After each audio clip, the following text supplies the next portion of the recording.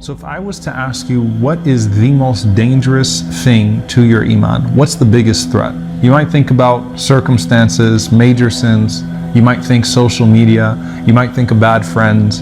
You'll think about certainly things that are haram, things that are forbidden and prohibited, and some of the things that we've already spoken about, right? Like adultery, fornication, drinking alcohol, theft, all these things that we said that Iman would even depart from a person if they are guilty of these things. But listen to what the Prophet ﷺ said is the greatest threat to a person's Iman. So the Prophet ﷺ says in this hadith that's narrated in At-Tirmidhi, he says, مَا ذِئْبَانِ جَائِعَانِ أُرْسِلَا فِي غَنَمٍ بِأَفْسَدَ لَهَا مِنْ حِرْصِ الْمَرْءِ عَلَى الْمَالِ وَالشَّرَفِ لِدِينِهِ. He said, sallallahu alaihi wasallam, that there is nothing more dangerous to a person's faith like two wolves that are let free amongst a flock of sheep. Imagine what the Prophet ﷺ is saying. Imagine two wolves that go into a flock of sheep.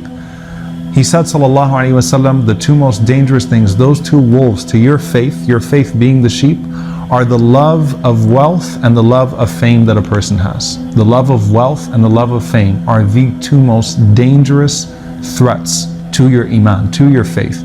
So it's not a major sin, it's not some horribly haram thing, it's wealth and fame, the love for wealth and the love for fame. Now, is wealth a bad thing? No, the Prophet ﷺ taught us to have the upper hand instead of the lower hand.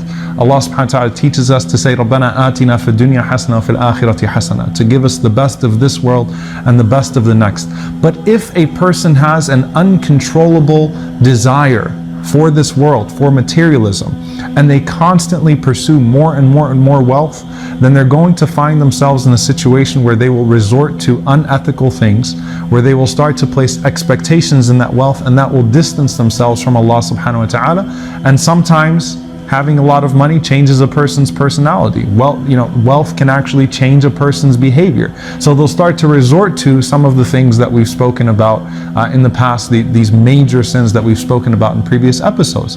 And then the desire for fame. If I want to be famous and it's all about the fame, then a person starts to resort to unethical behavior to get that fame. Or when a person gets that fame, once again they change and they find it very easy to resort to some of the major sins that have been described.